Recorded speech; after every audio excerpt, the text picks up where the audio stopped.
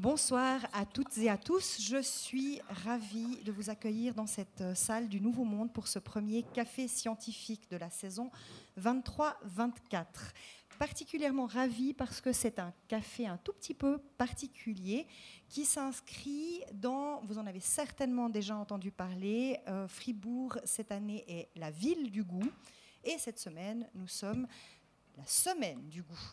Et donc, la semaine du goût a démarré le week-end dernier avec une grande bénichon sur la place Piton. C'était le côté traditionnel. Et nous avançons tout gentiment vers la clôture de la semaine du goût qui aura lieu samedi prochain sur le campus de Pérols avec notre journée portes ouvertes Explora, qui sera le volet de clôture de la semaine du goût et son volet innovation, on va dire.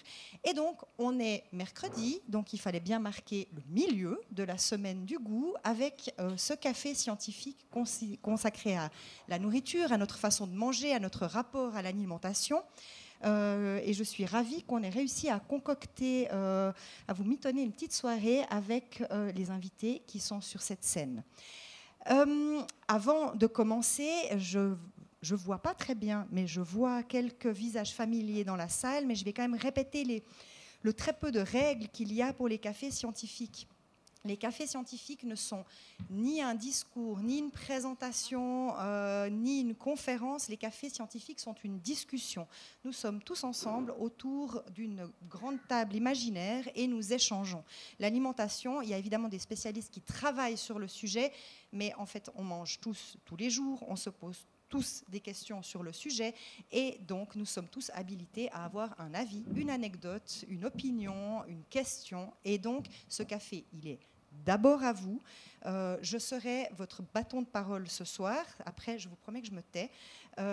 Et donc, si vous souhaitez poser des questions, n'hésitez pas. Faites-moi juste un petit signe. Je viens vers vous et vous pourrez parler, s'il vous plaît, dans le micro pour que non seulement les gens qui sont dans la salle puissent vous entendre, mais également les gens qui nous suivent sur les réseaux sociaux ou sur le site de l'Université de Fribourg. Vous pouvez poser vos questions ici dans la salle, mais les gens qui nous suivent sur les réseaux et en ligne peuvent également nous envoyer des questions, soit en commentaire à côté de la vidéo sur Facebook, soit en envoyant un message, SMS, WhatsApp, Telegram, ce que vous voulez, simplement pas de téléphone, parce que je ne peux pas vous répondre, au 079 796 22 15. Donc n'hésitez pas à partager vos questions, elles seront relayées par moi-même et par Ibrahim qui se trouve juste derrière moi. Il est temps de céder la parole à notre modérateur de la soirée, Samuel Lagier, qui est un spécialiste en communication et en communication scientifique, qui sera donc votre hôte pour ce soir. Il a déjà entendu la blague, mais je vais la refaire. En général, j'aime bien payer mes modérateurs à se taire. Donc, il va vous présenter les invités, et ils vont vous inviter, mais ensuite, n'hésitez pas à l'interrompre en agitant la main pour poser vos questions et donner votre impulsion à la soirée. Samuel, je te cède la parole. Merci et bonsoir. Bonsoir et bienvenue au Nouveau Monde, donc, pour ce café scientifique intitulé « Manger à l'avenir, une question de goût ». Alors, régime végétarien, vegan, flexitarien, ovo-lacto-pesco-végétarien, allergie aux œufs, aux noix, aux chanterelles, intolérance au lactose, au gluten. Les comportements alimentaires changent, se diversifient, se complexifient, des fois par contrainte. Par exemple, la prévalence des allergies et intolérances alimentaires est en progression. Mais les comportements alimentaires changent des fois aussi par choix, par conviction, pour respecter la vie animale, par exemple, ou pour limiter son empreinte écologique, parce que nous sommes plus de 8 milliards sur Terre et que l'agriculture exerce une pression importante sur les écosystèmes de la planète pour pouvoir nous nourrir. Alors, ça veut dire quoi, bien manger aujourd'hui ? Est-ce qu'on mange par plaisir ou bien sous la contrainte? Et qui doit décider ce qu'il est bien de manger? Les individus eux-mêmes les nutritionnistes, les scientifiques de l'environnement, les producteurs, les productrices, les enseignes de distribution, les institutions publiques. Et puis, concrètement, on fait comment pour manger tous ensemble là? Alors ce soir, on va se retrousser les manches, mettre la main à la pâte et tailler une bavette. Cette soirée sera nourrie par vos questions, comme l'a dit Farida, vos questions et vos commentaires. Vous pouvez lever la main, je le répète, comme Farida l'a dit, et Farida donc viendra prendre votre commande avec son micro. Alors allez-y, mettez les pieds dans le plat. J'ai avec moi 4 invités qui vont se refiler la patate chaude. Et je vais d'abord me tourner vers eux avant de vous donner la parole. Et quant à moi, je vais passer le plat en m'efforçant de ne pas tirer les marrons du feu. Voilà. J'en ai fini avec mes blagues foireuses. Notre première intervenante est Pauline Rouchon. Bonsoir.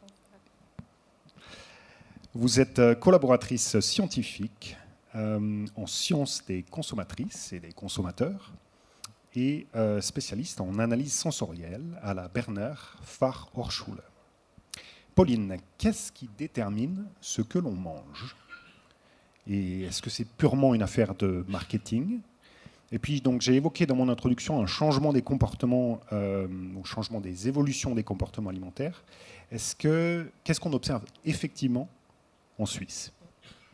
Alors, tout d'abord, c'est important de préciser que nos choix alimentaires, c'est au final très loin d'être qu'une question de marketing. Il y a beaucoup d'autres facteurs qui sont pris en compte, comme des facteurs physiologiques ou biologiques. Ça va être nos besoins nutritionnels ou nos préférences au niveau des produits et des repas.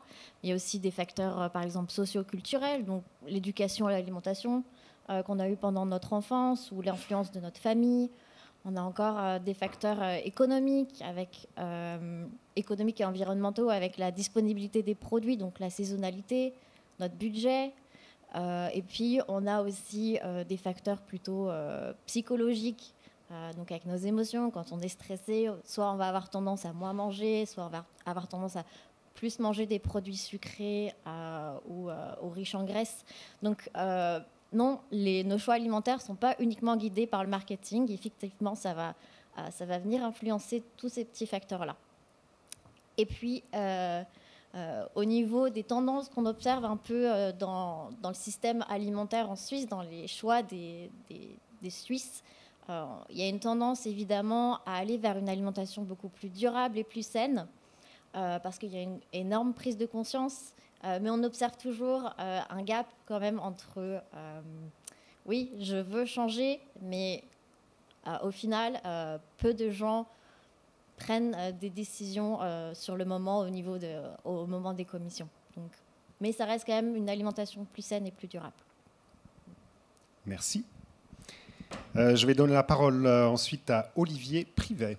Bonsoir. Vous êtes chef de cuisine de la gastronomie scolaire à la ville de Fribourg. Olivier, vous servez près de 90 000 repas par an, si mes informations sont bonnes, et vous jonglez avec tout un tas de contraintes. Donc vous prenez en compte les allergènes et les régimes spéciaux des enfants, et vous choisissez en plus de cuisiner local, et vous respectez le label fourchette verte. Alors, comment vous faites?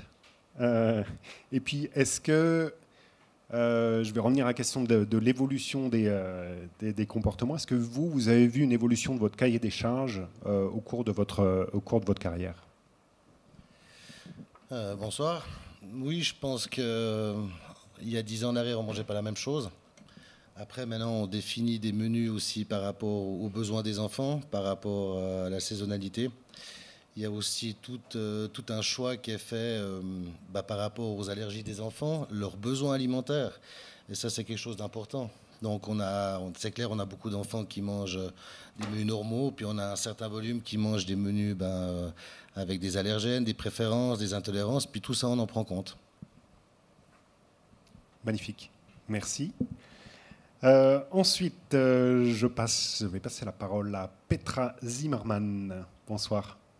Vous êtes médecin-chef adjointe en pédiatrie et infectiologie pédiatrique à l'hôpital cantonal fribourgeois et vous êtes directrice du laboratoire microbiote et enfants à l'université de Fribourg. Vous vous intéressez notamment à l'alimentation des bébés et au lait maternel en particulier. Alors, en quoi le lait maternel est-il spécial ? Bonsoir. Alors, le lait maternel a la composition idéale pour les bébés et des enfants qui sont allaités ont moins de maladies. C'est des maladies infectieuses comme des infections respiratoires ou la diarrhée, mais aussi moins des maladies auto-immunes, des allergies ou la surcharge pondérale. Et puis, on sait déjà depuis un moment que le lait maternel, il y a des hormones, des anticorps, même des cellules blanches dans le lait. Mais depuis quelques années, on sait qu'il y a aussi beaucoup de bactéries dans le lait maternel et que ces bactéries sont importantes pour la santé des enfants. Quand on est né, on est stérile, mais rapidement, on acquiert beaucoup de milliards de bactéries et une large partie vient des mères et ça vient avec le lait maternel. Et moi, j'ai fait mes études sur ces bactéries dans le lait maternel et aussi dans les selles des bébés. Et est-ce qu'il change si on est exposé aux antibiotiques ou pas? Et qu'est-ce que ça veut dire pour la santé? Merci. Et enfin, je vais passer la parole à Simone Munch, qui est professeure au département de psychologie à l'Université de Fribourg. Simone est aussi psychologue clinique et psychothérapeute. Alors Simone, pouvez-vous nous parler du lien fort entre l'acte de manger et la santé mentale? Guten Abend et bonsoir à tout le monde. Vous allez tout de suite remarquer que je suis germanophone. Vous avez beaucoup de temps à préparer vos questions parce que je ne suis pas fluente en français. La question était du lien entre l'alimentation et la santé mentale. Il y a un lien fort. Le lien est fort parce que ce qu'on mange et comment on mange, les temps auxquels on mange, influence notre santé mentale, influence notre humeur, influence aussi notre niveau d'activité. Et probablement quelque chose que vous savez, c'est qu'il y a les troubles d'alimentation qui sont liés assez fort à l'alimentation per se, ce qui est un problème pour les gens qui sont concernés parce qu'on ne peut pas éviter l'alimentation. Et c'est aussi le domaine de recherche dans lequel je me suis spécialisée. Merci. Alors voilà, cher public, c'est à vous. À vous de lever la main, de vous exprimer, de nous faire partager vos questions, vos commentaires, de donner votre point de vue. Vous pouvez donc lever la main. Farida viendra vous apporter un micro. Pour celles et ceux qui nous suivent en ligne, vous pouvez laisser votre commentaire, vous pouvez écrire votre question ou vos commentaires sur la page Facebook de l'événement, ou sinon vous pouvez envoyer un message au 079 796 22 15. Et merci de ne pas appeler Farida, qui ne prendra pas votre appel. Voilà. Alors, qui veut bien se lancer? Première question. Merci par avance. Bonjour, merci beaucoup d'être là et de proposer ce café. Je suis Clotilde. Est-ce que j'ai droit à 3 questions pour vos 3 intervenants ou est-ce que je reviendrai j'en ai une très simple pour Petra. Je voulais savoir si, quel que soit l'état de santé de la maman, le lait qu'elle donne, ce qu'elle donne à travers son lait maternel peut être délétère, plus que bénéfique. Est-ce qu'on a fait une étude pour savoir l'état de santé de la maman lorsqu'elle allaite son enfant et si finalement il y a un aspect beaucoup plus délétère que bénéfique selon son état de santé. Petra. Oui, il y a des études, il n'y a pas beaucoup, mais c'est un peu différent. Ce n'est pas seulement les bactéries, des études qui ont examiné ça, parce qu'il y a aussi des toxines qui peuvent traverser avec le lait maternel au bébé, et bien sûr, là, ce n'est pas bénéficiaire. Et autrement, on sait que, comme j'ai dit, moi, je recherche plutôt le microbiote des bactéries dans le lait, et là, on sait l'alimentation de la mère peut avoir des effets sur les bactéries qui sont dans le lait, aussi si la mère fume ou pas. Il y a beaucoup d'aspects, mais ils ne sont pas encore très bien examinés. Je ne sais pas si ça... Oui, je voulais savoir justement si on commençait à aller dans un degré de détail, justement sur le profil de la maman et de ses habitudes alimentaires et de la composition de bactéries qui sont transmises dans le lait. Mais c'est très bien, oui, ça répond beaucoup bien. La deuxième question, elle est sur la santé mentale.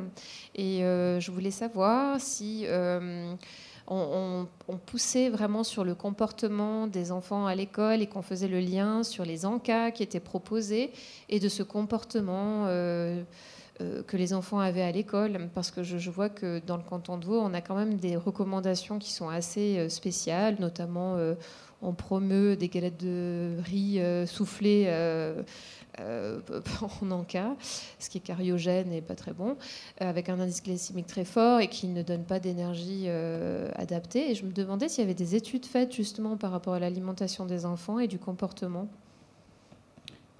Est-ce que je me permets de vous retourner la question, enfin pas de vous retourner la question, de demander une précision.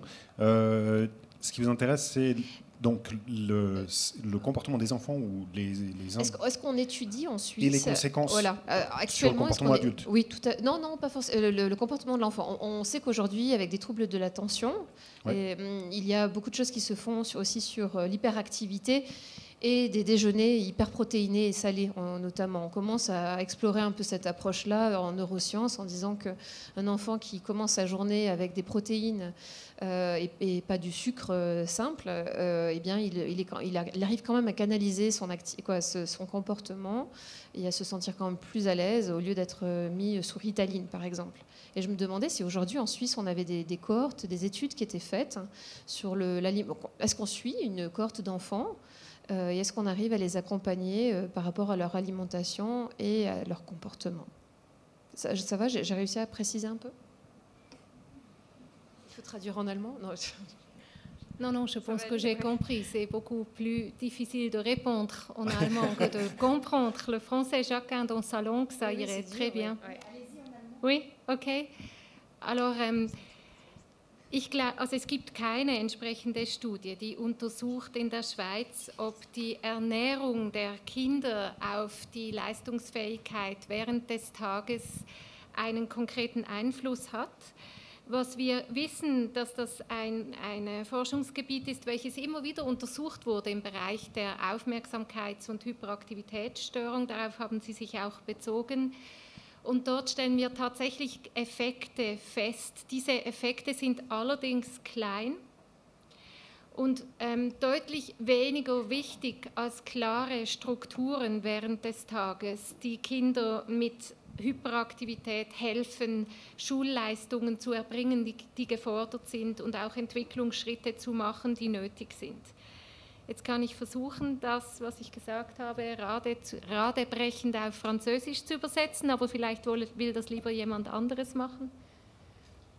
Ou c'est à moi? Est-ce que moi je traduis ou... Non, ça va, ça va. Ça va pour vous? Vous êtes vraiment bilingue. On est aussi associé avec la journée du bilinguisme cette semaine et on va le vivre comme on le fait à l'Université de Fribourg. C'est du bilinguisme vécu, en espérant que chacun arrive à tirer ce qu'il faut et que chacun puisse s'exprimer dans sa propre langue, comme nous l'avions convenu. Oui, très bien. N'hésitez pas. Très bien, merci beaucoup. Il y avait, il me semble, une deuxième main levée. Oui. Oui, bonsoir. Bonsoir. Moi, j'ai une simple question d'abord. Est-ce que le goût, c'est inné? Et quelle est la part d'inné et d'acquis dans ce domaine-là? Pauline. Oui, le goût, c'est quelque chose qui peut se travailler. Donc, c'est un sens qu'on va travailler dès l'enfance, le nourrisson. Le premier produit qui va manger, ça va être donc le lait maternel, notamment avec donc le goût de base sucré. Donc, c'est pour ça aussi que le goût sucré, c'est quelque chose de très important pour nous, parce que c'est le lait qu'on va consommer en premier quand on est nourrisson. Ouais. Et puis, il y a toute une part de travail à faire sur le goût. On voit notamment chez les enfants qui ont beaucoup de difficultés. Par exemple, c'est pas parce qu'on n'aime pas un aliment qu'on va toujours le détester. Je pense que vous avez déjà eu peut-être l'expérience de votre propre vie.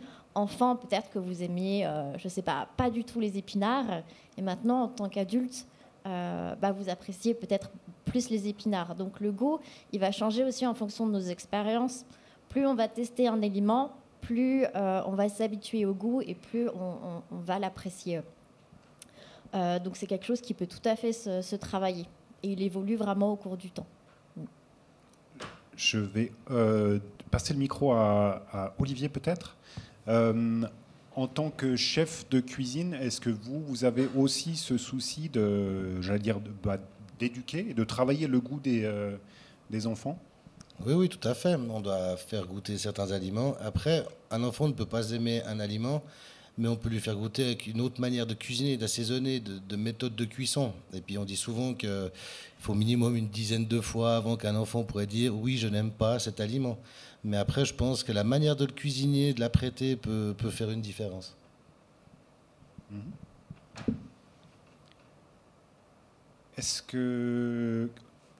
Oui, question. On prend votre troisième question.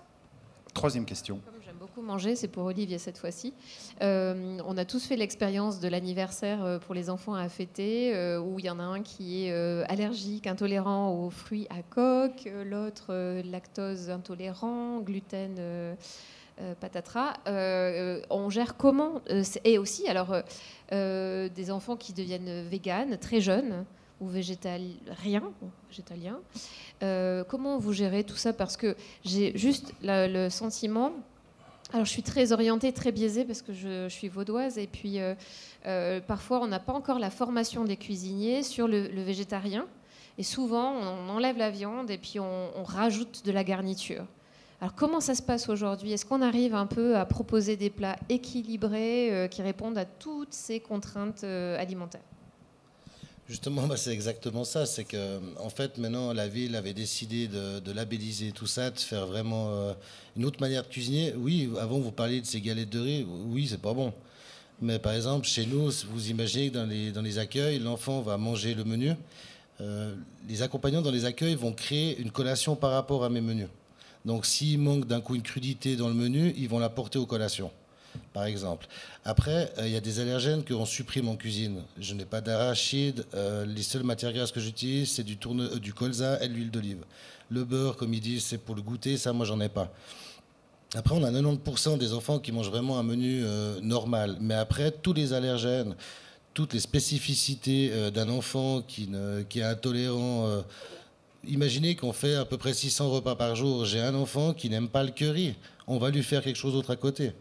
Tout ça, c'est vraiment défini. On a des listings entre les accueils et la cuisine qu'on se transmet les fichiers toutes les semaines. Et tous les matins, moi, j'ai encore les accueils qui me téléphonent de 7h30 à 8h30 pour me dire, voilà, maintenant, on a encore 2 personnes sans gluten, 1 sans lactose. Maintenant, cette année, j'ai même des enfants qui sont sans protéines de lait. On doit s'adapter à ça parce que c'est ce problème. Pourquoi une famille met un enfant à l'accueil, il va avoir le féculent, les légumes, mais comme il ne mange pas de poisson, il n'a rien d'autre. C'est pas normal, c'est pas logique pour l'enfant. Donc il faut toujours trouver une déclinaison. Et chez nous, on fait tous les jours un menu et tous les jours une déclinaison végétarienne. Et 2 fois par semaine, c'est 100% végétarien pour tous les accueils. Donc vraiment, tous les allergènes, tout, on prend en compte tout. C'est vraiment une spécialité qu'on fait à la ville de Fribourg. Bravo. Sacré défi. Sacré défi. Autre, oui.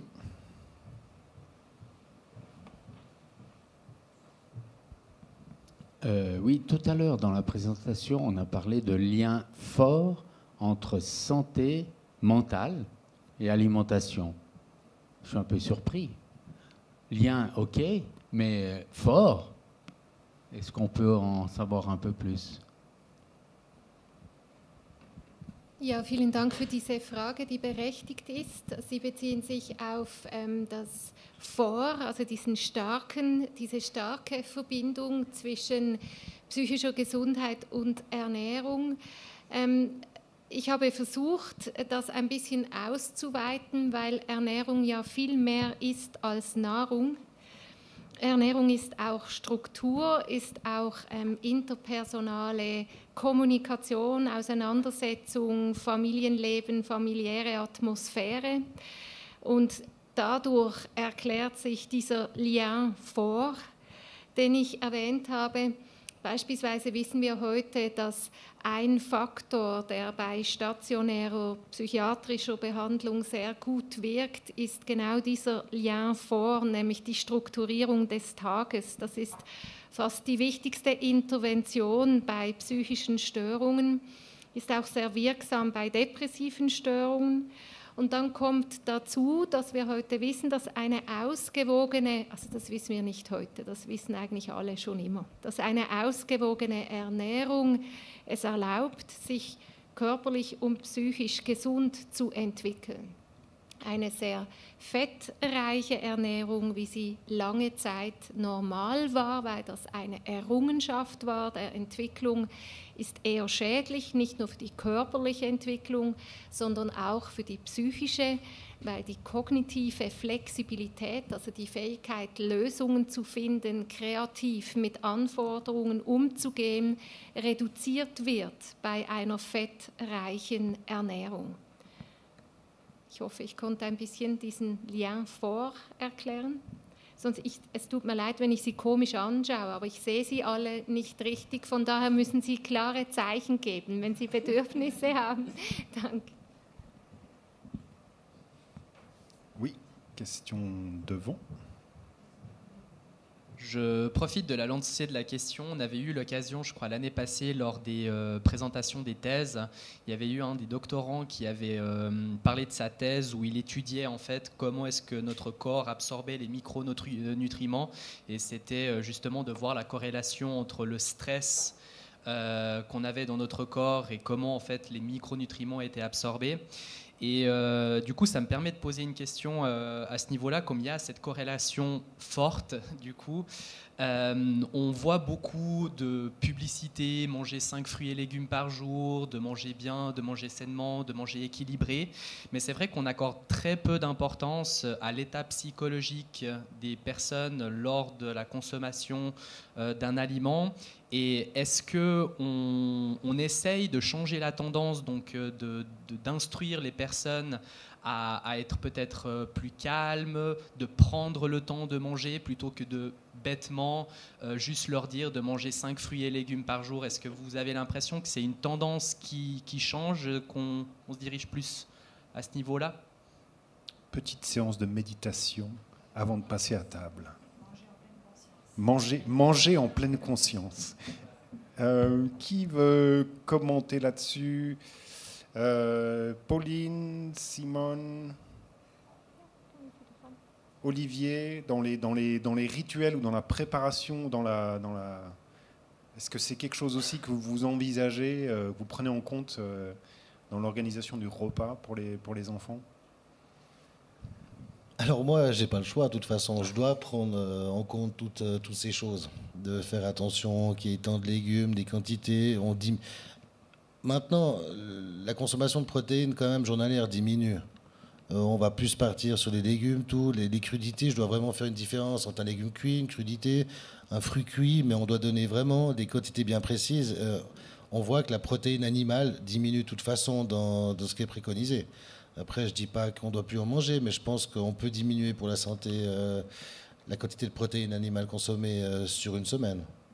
Mais oui, tout ce qui est fruits et légumes, c'est clair, ça prend le dessus sur d'autres aliments, entre guillemets. Et Simone, sur l'aspect,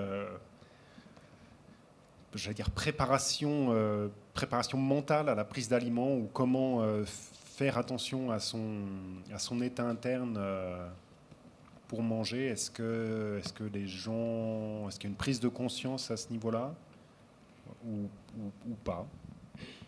Ja, d'abord, merci beaucoup pour cette question. Sehr schön formuliert, also auf Deutsch übersetzt, außer einfach blöde zu sagen, 5 Früchte am Tag zu essen ist wichtig, gibt es da noch was anderes? Das ist sicher so. Es geht darum, wie Sie übersetzt haben, dann auch eben bewusst sich Zeit einzuplanen. Da sind wir wieder bei der Tagesstruktur, oder sich Zeit einzuplanen, zu essen. Und damit gibt es eine Pause, 2 oder 3 Mal am Tag. Und diese Pause ist wichtig für die Balance aus Anforderung und Erholung für uns Menschen, damit wir leistungsfähig und belastbar bleiben. Das ist sicher deutlich wichtiger als die 5 Früchte, ganz sicher. Und es ist auch deswegen so wichtig, weil einfache Regeln sehr entscheidend sind. 5 Früchte, das kann jedes Kind behalten, oder 5-mal am Tag eine Frucht essen. Das gibt ein Gefühl, etwas Gutes für sich zu tun, Kontrolle zu haben, und das ist ein Placebo. Und dieser Placebo-Effekt ist enorm wichtig. Der kann ja, je nachdem, welche Seite man vertritt, auch den Effekt von Antidepressiva übersteigen oder zumindest gut mithalten. Das heißt, das ist ein valabler und sehr, sehr wichtiger Effekt, den wir auch bewusst einsetzen sollten, wenn es darum geht, psychische Gesundheit zu fördern über Ernährung. Oui, Petra. J'aimerais ajouter quelque chose sur le début de votre question. Vous avez parlé un peu de l'absorption de la nourriture. Et moi, j'ai toujours envie, pour chaque question que vous demandez, de dire la réponse, c'est le microbiote. Parce qu'on a vraiment 2 kilos de bactéries qui vivent sur nous et dans nous, dans l'intestin surtout. C'est plus que le cerveau, les 2 kilos. Et puis, les bactéries sont vraiment importantes pour absorber la nourriture. Et on sait, si on change notre alimentation, par exemple, si on est végétarien pour 1 semaine, ces bactéries changent complètement. Et ces bactéries, ils produisent des... je ne vais pas arriver à dire en français, mais c'est des acides, des sucres. Et puis, on peut même trouver ces sucres ou ces acides qui sont produits par des bactéries dans le cerveau. Alors moi, je pense qu'une partie de ce lien entre la nourriture et la santé mentale, il y a aussi un lien avec les bactéries chez nous. Et le stress influence aussi, le stress de l'individu influence aussi la santé du microbiote. Oui, ça aussi, oui. Mais, je pense que j'attendais que vous les poussiez un peu plus parce que c'est exactement ça. Petra, elle a vraiment, c'est clair qu'elle est professeure, mais la perméabilité intestinale, elle est soumise à énormément de contraintes. Et quand on parle d'absorption, aujourd'hui, on sait, à l'INSERM, il y a des études qui ont été produites sur l'effet de certains additifs, notamment des émulsifiants, les E460 et quelques. Les lécithines, elles altèrent le mucus intestinal et augmentent la perméabilité intestinale. Le stress oxydatif, clairement, joue un rôle dans cette perméabilité. En anglais, on dit le leaky gut. On a cette absorption qui n'est plus équilibrée, plus saine, entre guillemets. Et le lien avec la santé mentale aussi, c'est que parfois on recommande à tort, je pense, mais je ne suis pas du tout professeure dans ce domaine, je suis nutritionniste et pharmacienne, mais l'absorption, quand on recommande la prise de probiotiques, déjà il existe une multitude de probiotiques et de souches, mais quand les intestins vont mal et qu'on a une perméabilité unbalanced, pas équilibrée, eh bien là on a un vrai souci quand on recommande des probiotiques, parce que ces bons probiotiques, ces bonnes bactéries, elles vont quand même passer la paroi et elles n'assureront pas leur travail de consommation des prébiotiques, des fibres en nutriments absorbables par le corps.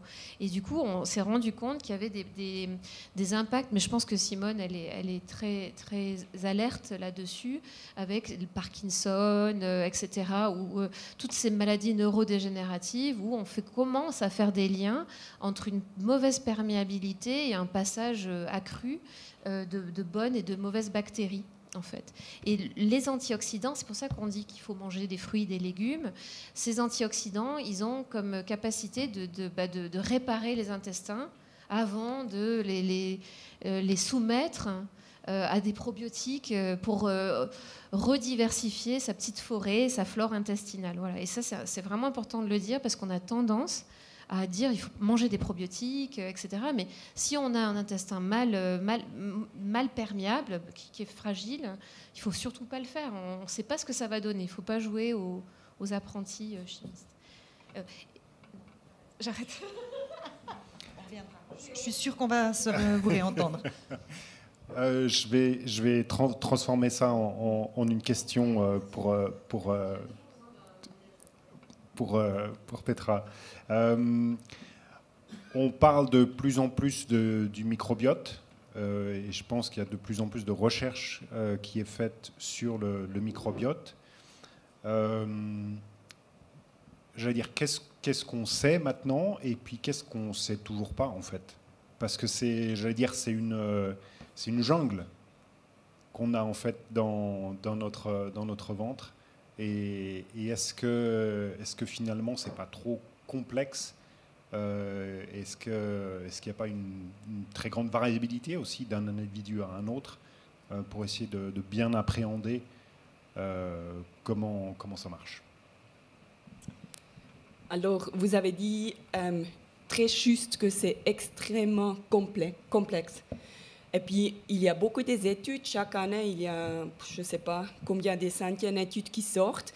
Et puis, les premières études, ils ont été très descriptifs. Ils disent, si on a plus de cette bactérie et moins de cette bactérie, on a un plus fort risque pour des allergies, on a un plus fort risque pour l'eczéma, des études comme ça.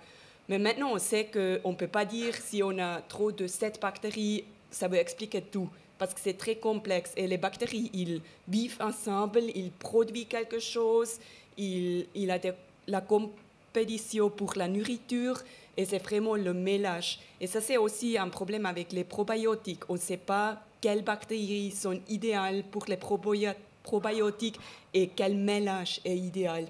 Et c'est pour ça que c'est très complexe. Mais ça, qu'on sait que notre microbiote, ça devient de plus mauvais. Et puis nous, on donne notre microbiote à nos enfants. Ça veut dire qu'eux, il y a aussi une microbiote qui est plus mauvaise. Et je pense une raison pour ça, c'est parce qu'on utilise tellement beaucoup des antibiotiques. Et les antibiotiques, bien sûr, c'est la catastrophe pour le microbiote parce que ça tue tout.